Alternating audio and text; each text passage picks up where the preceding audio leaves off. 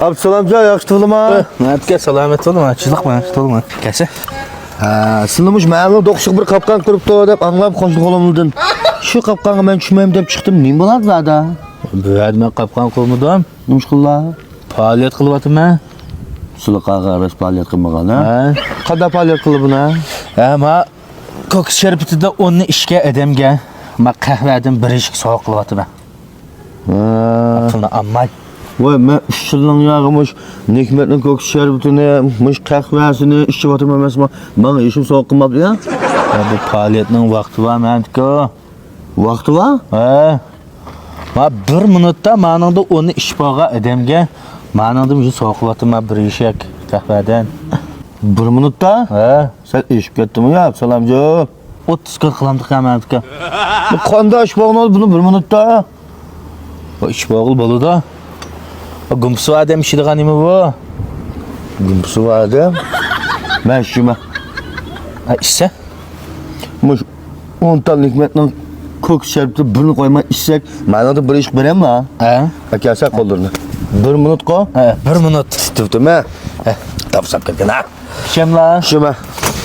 1 minutda birini koyma işilicime mənim. İşimə. Ha. İşimə. Ha, maqul. Bu saat qaydap turma. Nim berli mənə? Ma ondan pulunu almayma. Ha. Anada bir gün soğuk qılım mən. Nə var iş bulanmaya qaçılır mən ondan pulunu verirlər. 30 kot işvəsəm ço. Ha? 30 kotda. 30 gün iş ötüb qap qaçıb dükanı qoyublam şirketime. Açqın beriblam. Rasmı ya? Ha.Əkəsə qollarını. Əkşə? Ekşe, birini koymaya işilicime. He. İsle, isle. İsle. Kaçta qılapda? 11 skotladı. Ha, 90 qılapdırlar. 11 kot iş bulapdı mı? He. Yo. Açına kəsə. Mama ya ba taqa 9'da. Bunu mən satım ha? Mama işkenden yaz verilgan bir açık bu. Mən bayatın nimdi də. Ondan birini koymaya işim dile. Ha, onun birini koymaya işime dedim. Onun arasındaki muş bir şu. Koymadım takman tuttum. Tügde. Açma gelsin.